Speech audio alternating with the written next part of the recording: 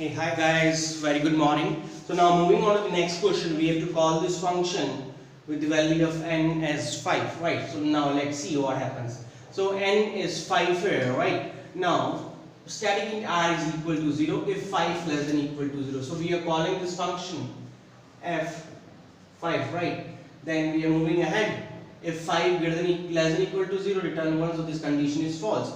If 5 greater than 3, if 5 greater than 3, so this condition is true. So if this condition is true, r is equal to n, value of n is 5, so r is equal to 5. And secondly, what we are doing, we are returning function n minus 2. 5 minus 2 is 3 and then plus 2, right?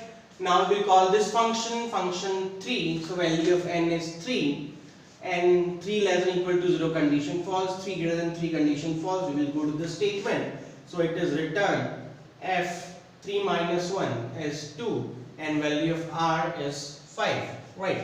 Now we will call this function f2, here n is 2, 2 less than equal to 0 condition false, 2 greater than 0 greater than 3 condition false. Then we go to this statement.